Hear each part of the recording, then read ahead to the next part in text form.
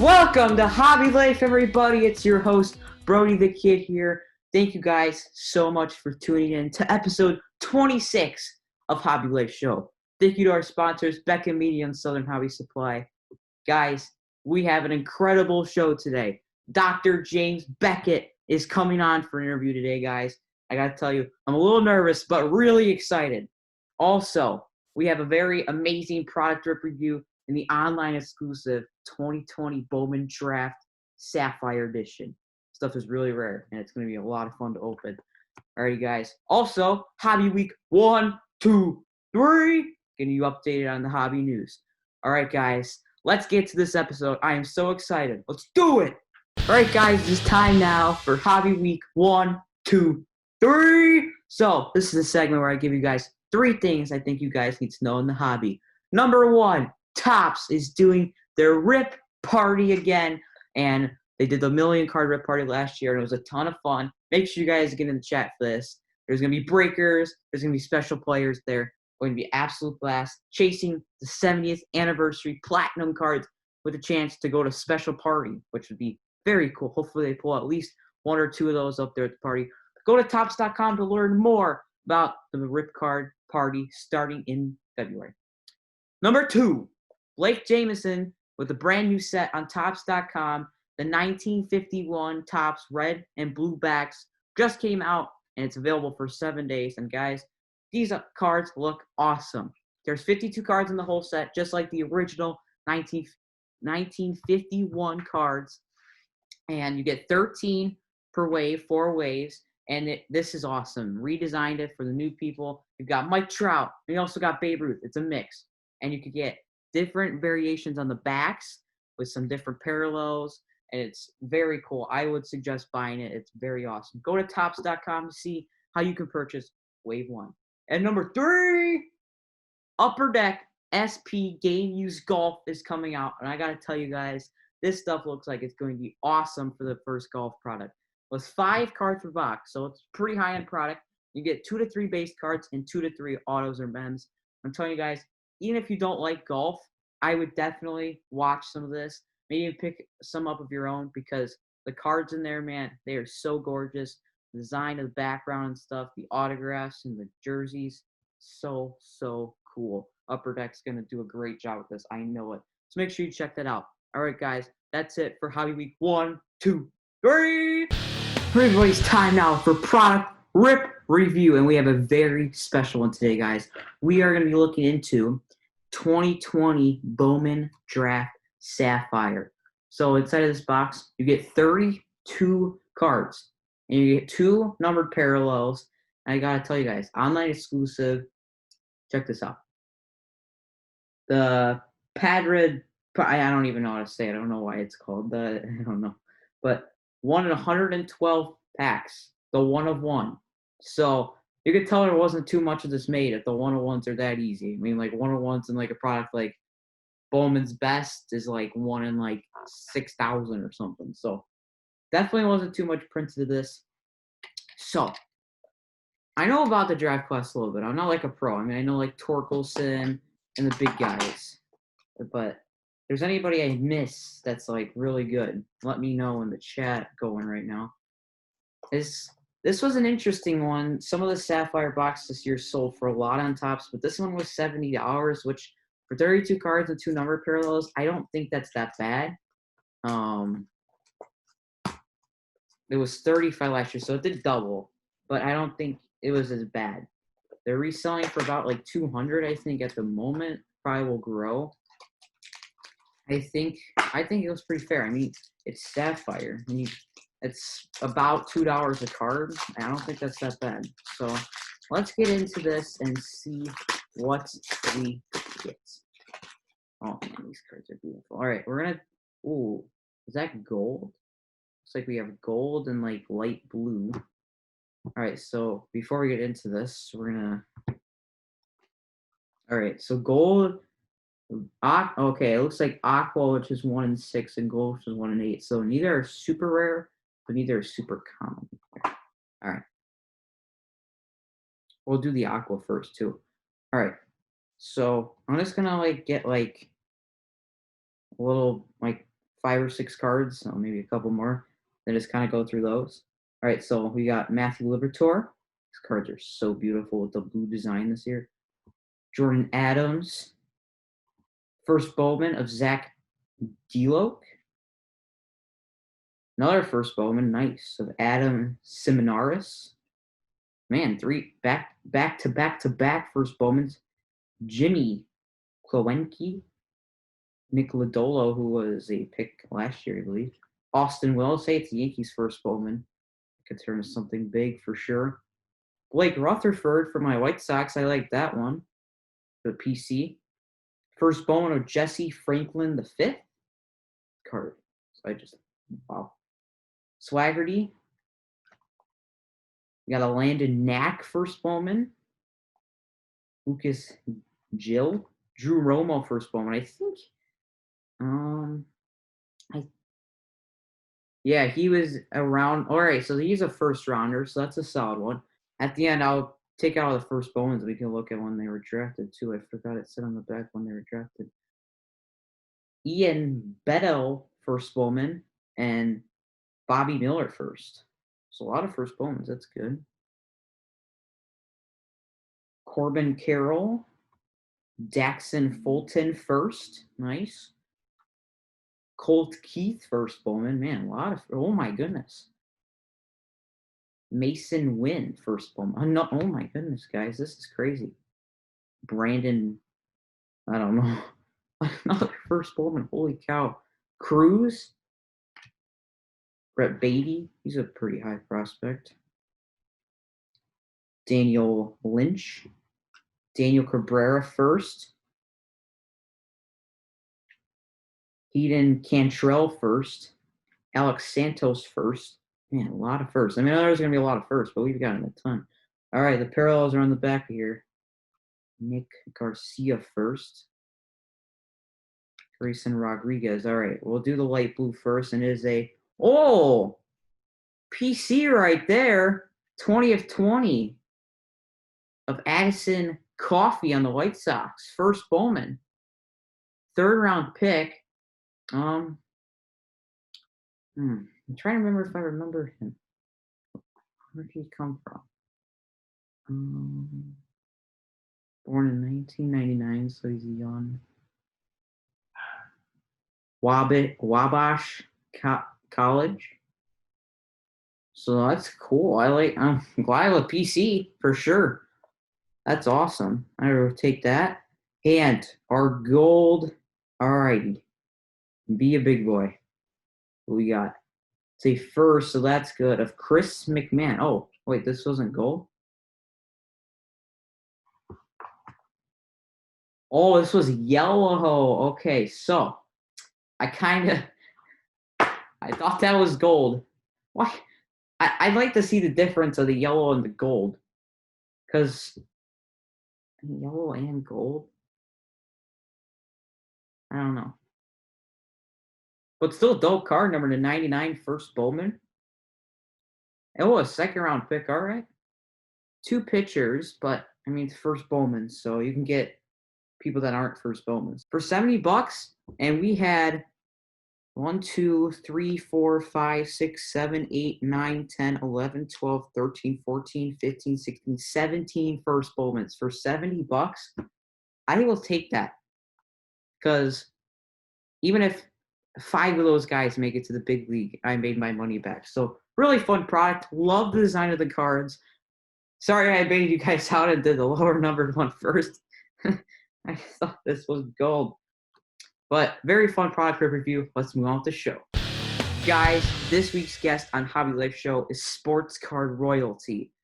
This is one of the biggest people in this hobby. He started the Beckett. Yes, the Beckett magazine. I can't wait for this, guys. This is going to be awesome. So let's do this. All right, everyone. Now, please welcome to HobbyLife Show, Dr. Beckett. How are you doing, Dr. Beckett? Brody, what a delight to be here with you and to see what we want to discuss about this hobby we both love. For sure. So I want to get started with talking about just you and your collection. So how did you start getting into cards?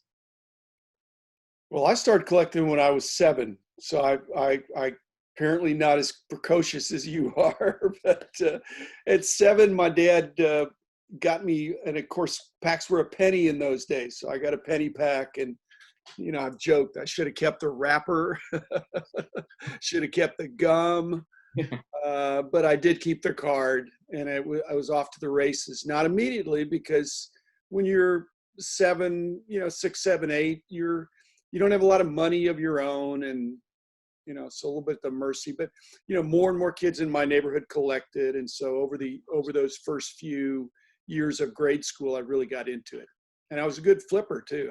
I won a lot of cards from flipping. Nice. That's awesome. I love hearing how people got into collecting. So, Dr. Beckett, I know you were a college professor. What did you teach? I taught statistics, among other things, but I taught statistics mainly. I went straight through school, and high school, then college, then grad school, and I got a PhD in statistics. And my first job was to be a teacher, and I really enjoyed it. I taught up at Bowling Green State University up in Northwestern Ohio, and had some great students. And some of them were students that were there because it was a required course, and some were there because they really loved statistics. And I enjoyed it all. Teaching was fun. Very, very cool. So, I wanted to ask you that because how did that lead into you starting the Beckett? Well, I was collecting before I was a professor. I was a collector before I was a collector as a kid. And then, in college, I didn't really do much. High school and college, a little bit. And then grad school, I wanted a pastime, a hobby. Mm-hmm. So I did that, and I started getting really into it my last few years of grad school. And then when I moved to Bowling Green to be a professor, Ohio, it was close to Cleveland, close to Cincinnati, close to Detroit, not that far from Chicago. So instead of being in Texas, where the Rangers had just gotten there practically in those days, the Rangers were brand new. But in the Midwest, there were teams all over the place, and it was a lot of fun to go to shows, to go to games. So it was really the heart of America in terms of baseball. And it was just great. And so I was a single professor, and I could go to card shows that were emerging in those days on the weekends. Not every weekend, but a lot of weekends. And I had time to work on collecting and buying collections and things like that. So it was a wonderful time to get started in the hobby, or to kind of come out in the hobby in a way that was more full-time, not full-time, but a serious side gig for me. Yeah, I mean, the Beckett, it's the thing. You created it. So, did you realize when you did create it that it would get so much success? No, I didn't, Brody. I mean, it's a lot of things in life. You try to do the right thing, and then you hope that things turn out. I mean, I like my chances by working hard and doing something I loved. But some people do things they love and work hard and are not as successful. But I was very blessed to have a hobby that turned into a business and really blossomed. So from the very first time of doing the price guide books, the books came out. Well, I actually had surveys before I did the books, before I did the magazine. So there was a progression there, and each thing seemed to just make sense. There was a logical progression there. So, I just can't tell you how wonderful it is and I'm not the only person. I mean, I hope that you find something you love, people you love working with, in a field that you enjoy and have some level of ability. But it really came together for me, and very thankful for that. Very awesome. It is the price card in the hobby. So we are here in 2021, and there was a humongous boom in sports cards. Did you ever imagine this growing up as a kid and buying 5-cent packs? I didn't have a nickel. I just had a penny, Brody. So, some of my buddies, the rich guys in the neighborhood had $1.20, which is 24 times 5. So to buy a box of cards, I never had $1.20. I mean, I had a nickel or a dime or something, so I get a pack or two.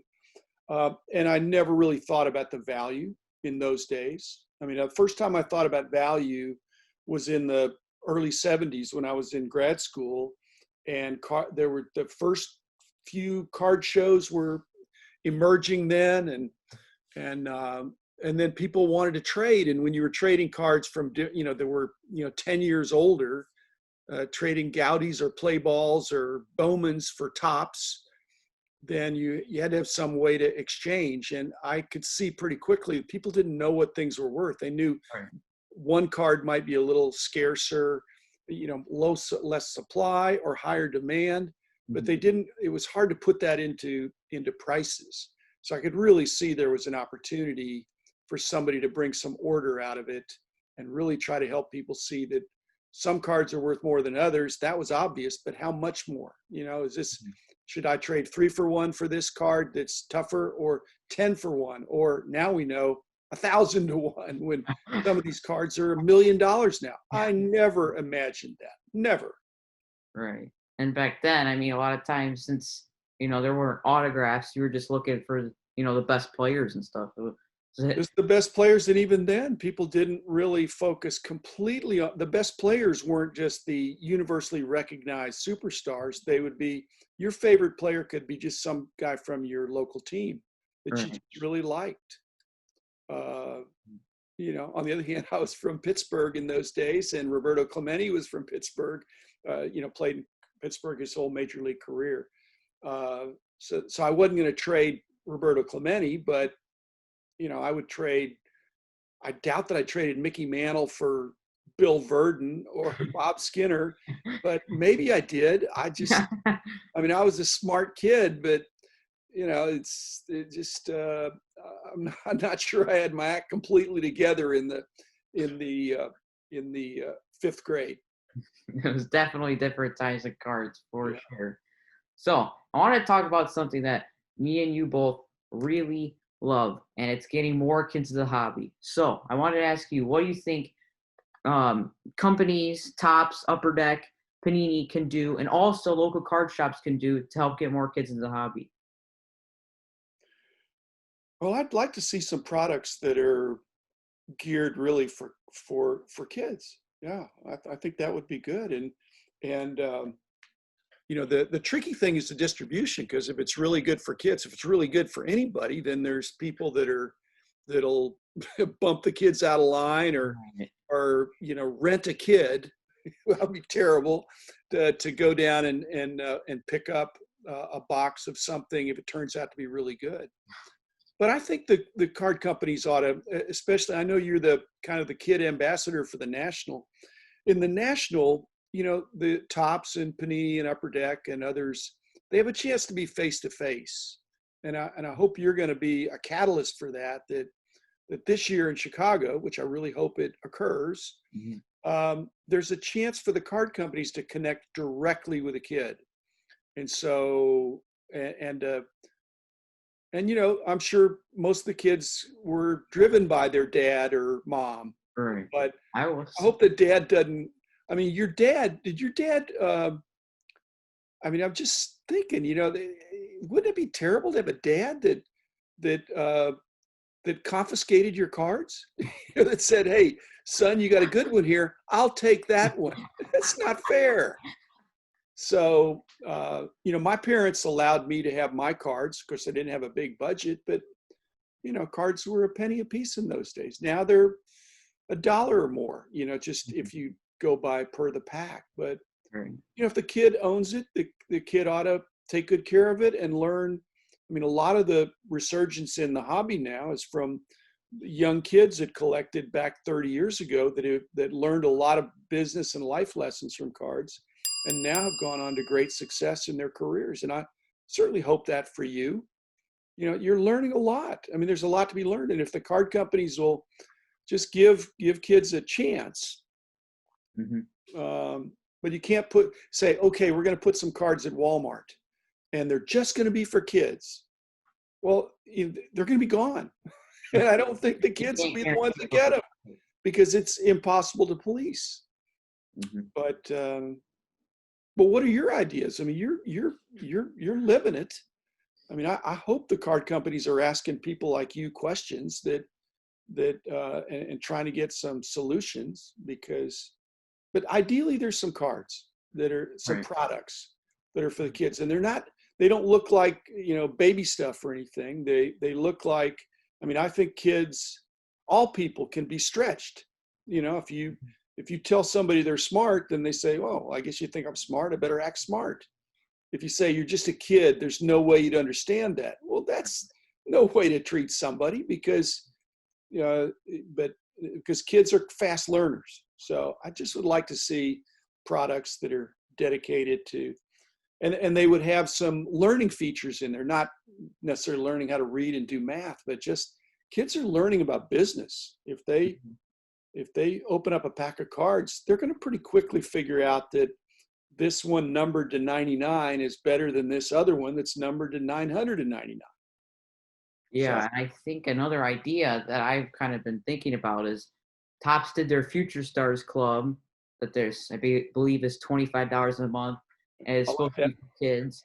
Well, I had an idea because some of my friends collect cards, but they don't understand how to necessarily sort them or keep them in good condition. Well, if somehow Topps and let's just say Ultra Pro could pair up and do some sort of box where there's some cards and some supplies, and Ultra Pro could teach them, you put the sleeve in and the top loader and stuff like that, I think it could be really successful. I don't know. Well, like that. I mean, I love Ultra Pro. I've known them for a long time. But do you think maybe that's what the Panini Kids Crate is going to be? A crate that has supplies and cards? Well, yeah, I mean, I'll have to see. It's coming out here soon. It might Yeah, be. It I'm sounds. really eager to see that. Yeah, I can't wait for that. It's supposed to be LCS only, and it's supposed to be the LCS can only sell it to kids. And if they don't sell it to kids, they can get in trouble. So, and Well, hopefully, like you said, no adults tell their kids to go in. All right, here's $90.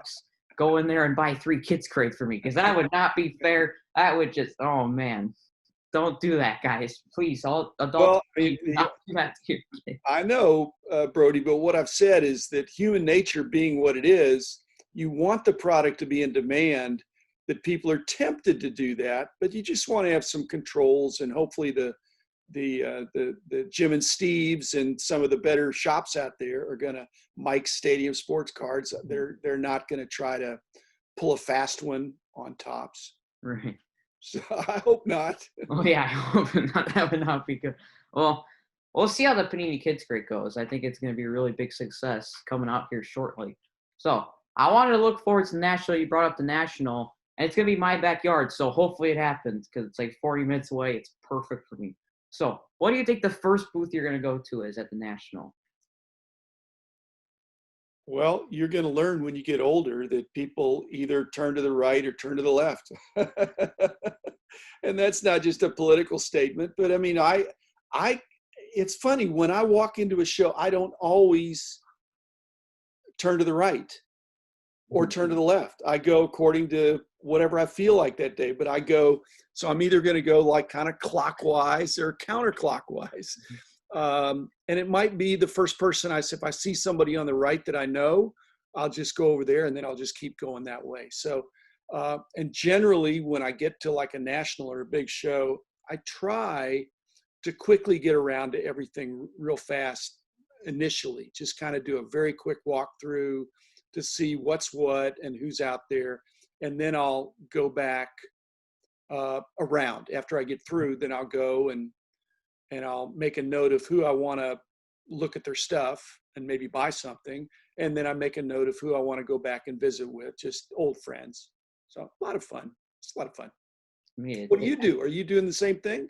Because you've got friends and you've got cards you're interested in. Are you? Well, yeah, I mean, if I know people that are going to be there, I'll stop by their booth. But I need to, this year at the National, I need to get better at making sure I look at all the booths, because there was probably at least 50% of the booths at the last National I didn't go to, because I was just always around all the sealed boxes and stuff, finding some stuff to rip that night.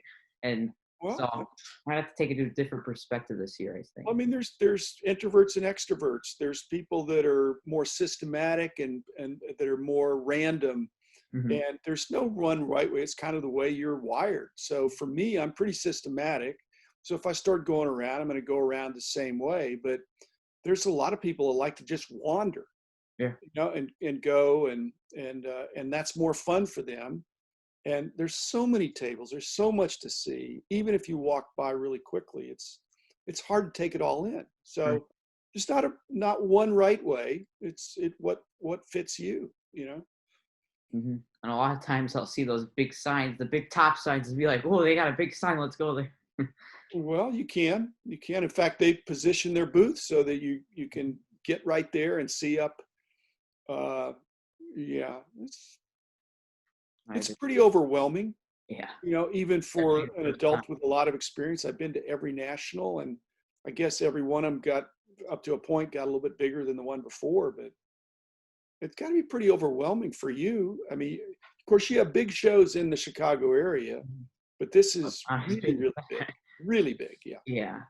And especially if you guys haven't been to the national, if it's in your hometown soon, you have to go. You'll just be you can't explain it. It's just a crazy feeling. So hopefully that happens. Hopefully the national does. We're staying confident that it will. All right. This is gonna be a tough question for you, and I know you've got a lot of cards in your collection. You can only keep one thing in your collection. What do you think it would be? Well, the last time somebody asked me that, I said it was a Roberto Clemente rookie card that was autographed. It wasn't autographed to me, but it was autographed and authenticated and all that. And it's slabbed up but I don't even know what would be second. I mean, I'm more of a vintage guy. I'm a little more of a vintage guy, but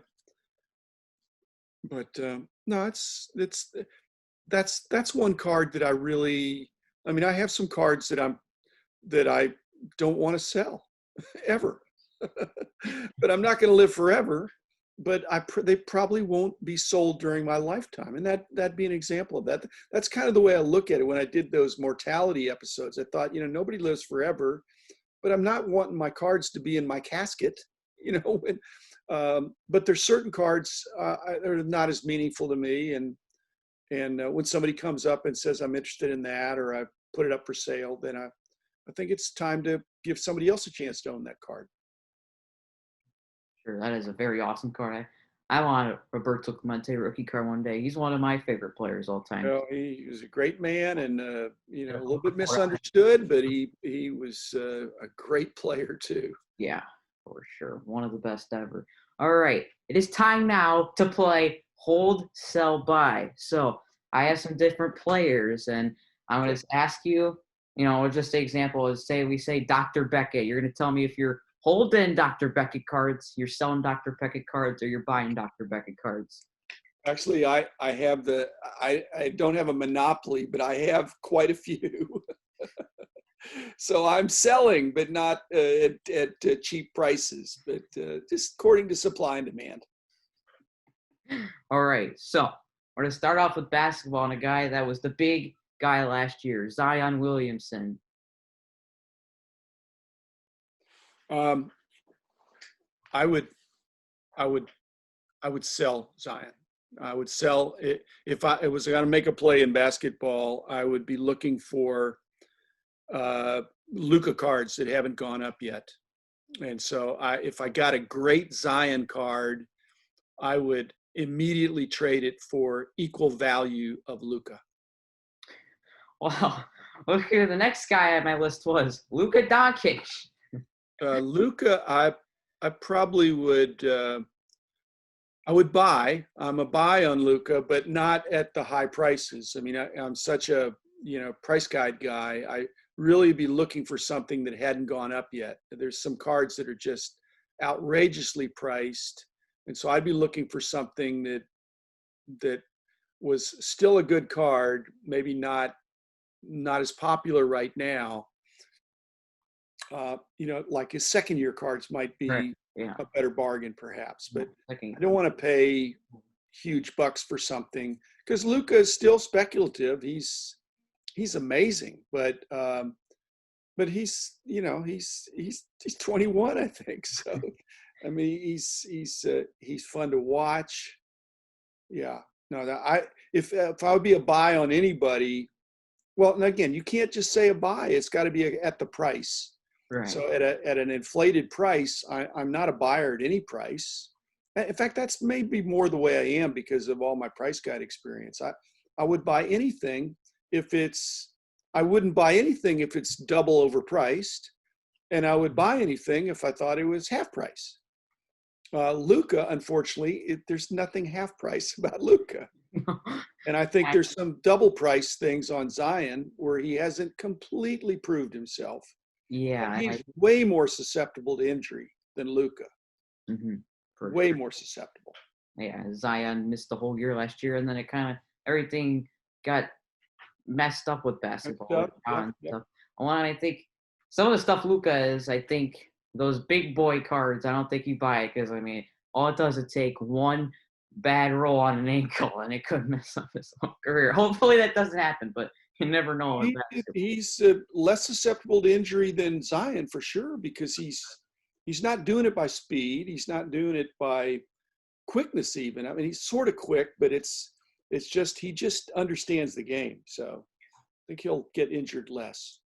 Definitely. All right, next up we got Bryce Harper, who I think is a pretty interesting one. Kind of been okay on the Phillies. I think they hitting a lot of homers, but I'm selling.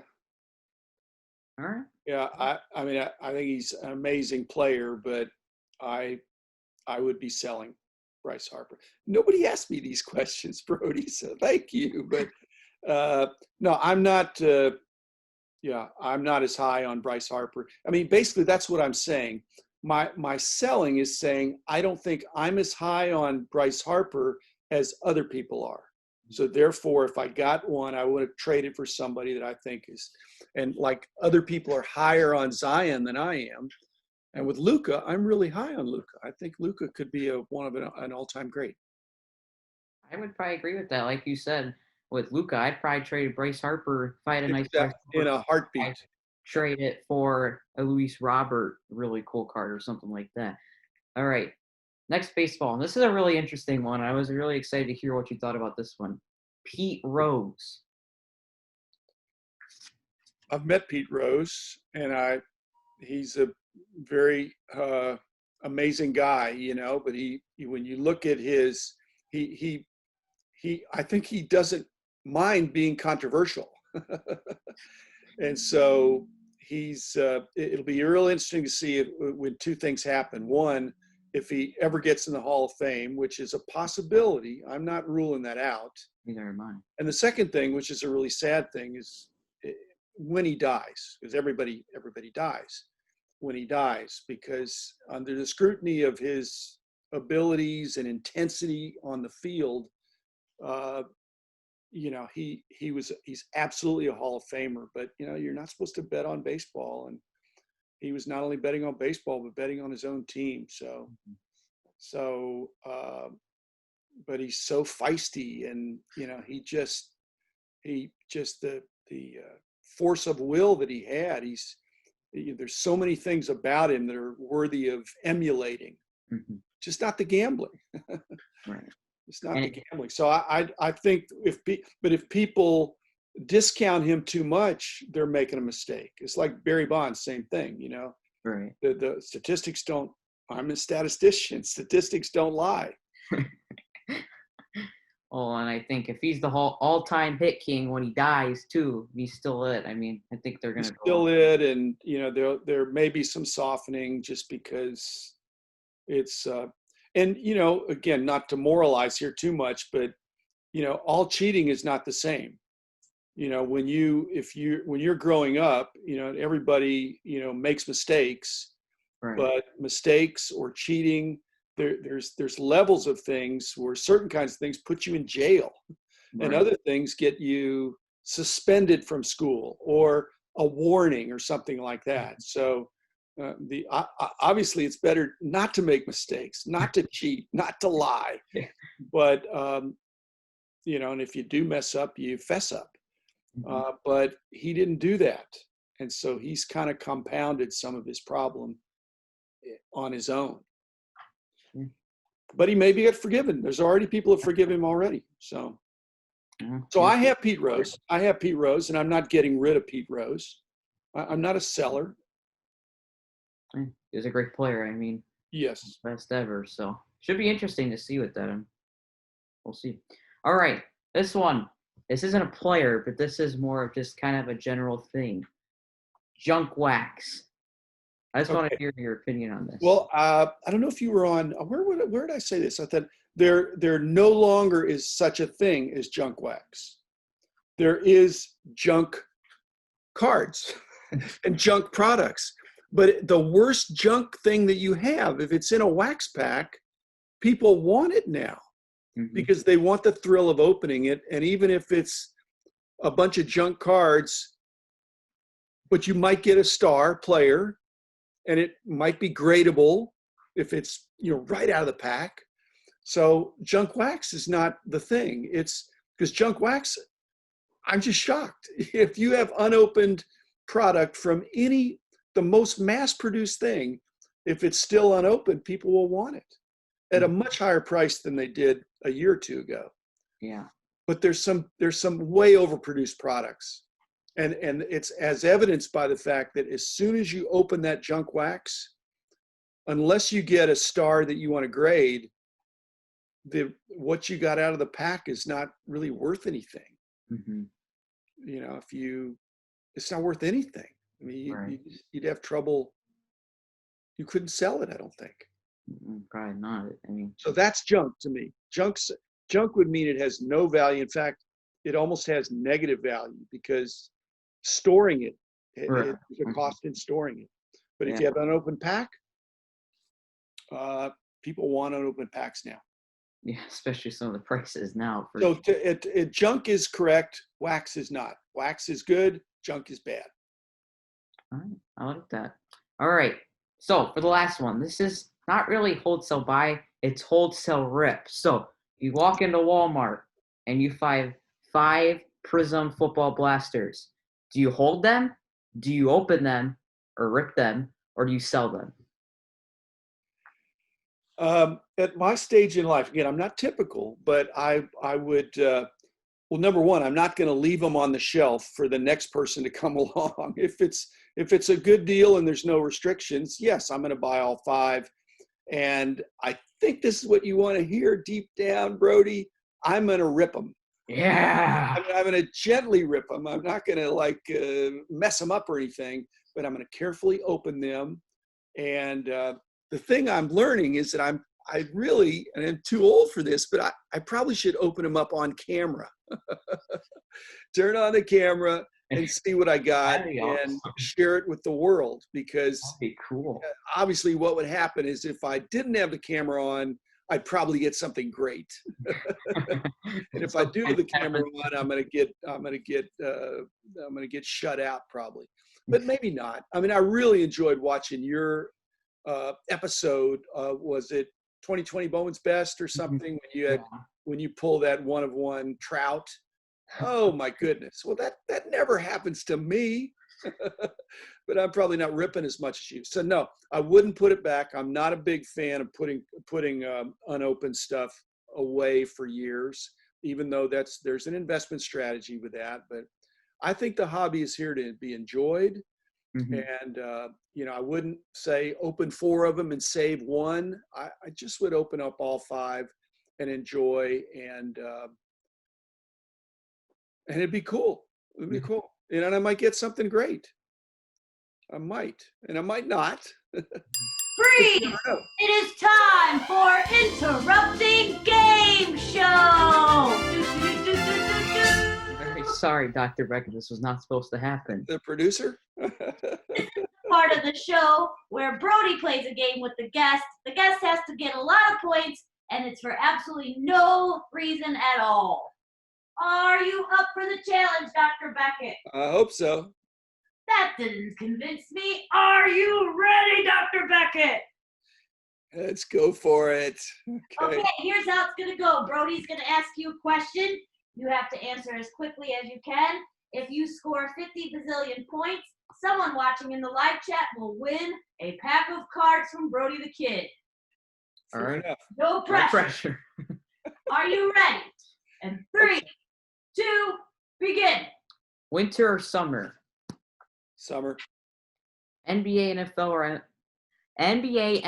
or MLB? NBA. That's where my season tickets are. Skittles or M&Ms? M&M's, plain. Favorite subject in school? I think we learned about this. Math or statistics, yeah. Should anyone put mustard on a hot dog? Always. Okay. Interesting. Day games or night games? Night. Sorting cards or stacking cards? Sorting. Favorite team mascot? I don't know. That's tough. A lot of them. There's a lot of funny ones. Yeah, the Philly Fanatic, the San Diego Chicken, San Diego Chicken probably was one of the first ones. It was funny. All right.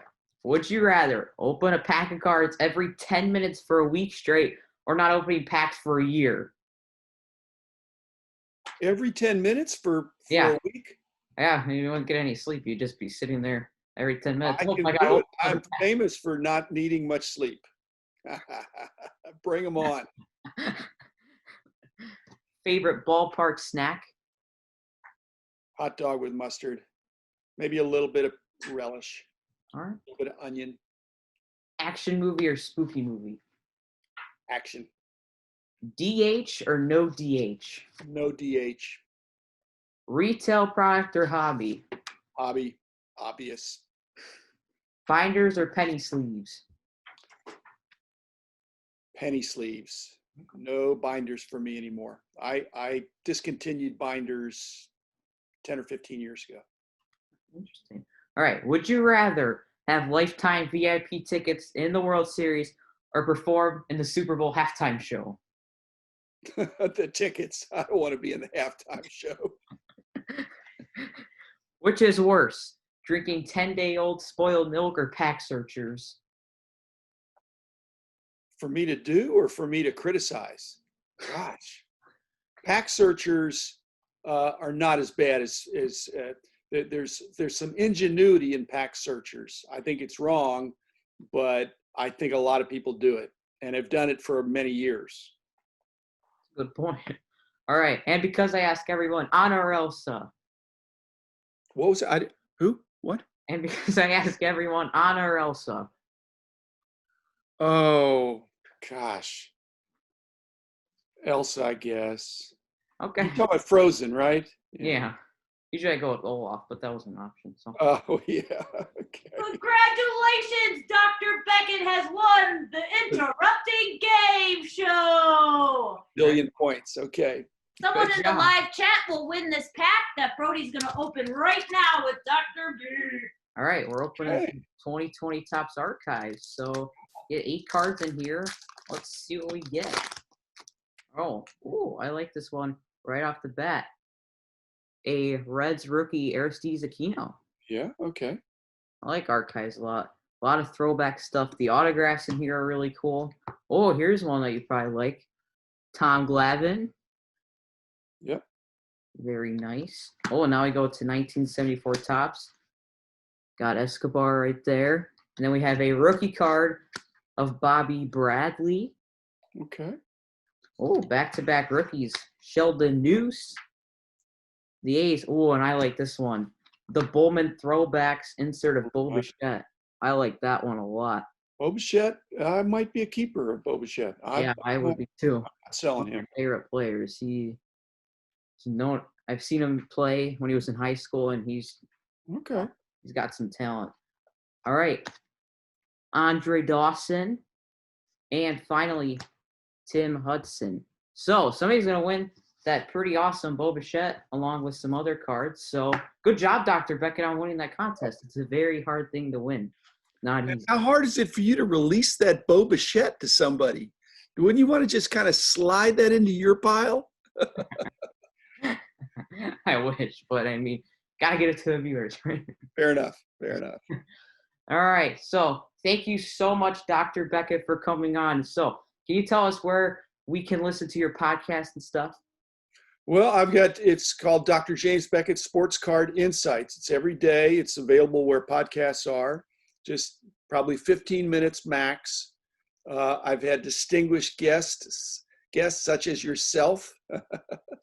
and many others. So it's every day, and different topics. It jumps around. Some are sets, some are players, some are interviews. So a lot of fun. So Apple Podcasts or Spotify or any of these places where you can get that.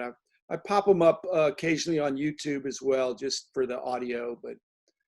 But it's been fun. It's been fun. Like I said, it's allowed me. I've been retired now for 16 years. So jumping back in and getting to have a good time here with you and others. Been a lot of fun. And the hobby's grown, continued to grow, and it's always been fun. Even when I started, when I was your age, it was fun. It's just fun in a different, probably even better way now because it's bigger. Definitely. So everybody make sure to check that out. And thank you again, Dr. Beckett, so much for coming on. And as I always say, peace out. Peace out. Thanks, Brody. All right, guys, that is it for Hobby Life episode 26. Thank you guys so much for tuning in. Thank you to our sponsors, Beckett Media and Southern Hobby Supply.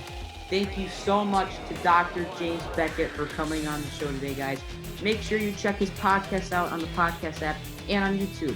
All right, guys. Also, you can follow me on Twitter at BrodyTK, on Instagram at Brody The Kid 1, and check my blog out at Riiip with Brody The Kid at BigWeekBreaks.com. Everybody, we'll see you at episode 27. Peace out. And you're Dr. Beckett. So I wanted to ask you. So you were a college professor. You teach statistics. Oh my goodness! I was trying to warm up with how to say statistics. Why can't I say it? Statistics. Okay. Wait, why am I losing my train of thought now? I couldn't say statistics. So I know you're a college professor and you teach. Why can't I say the word? So, Dr. Beckett, I know you were a college professor. What did you teach?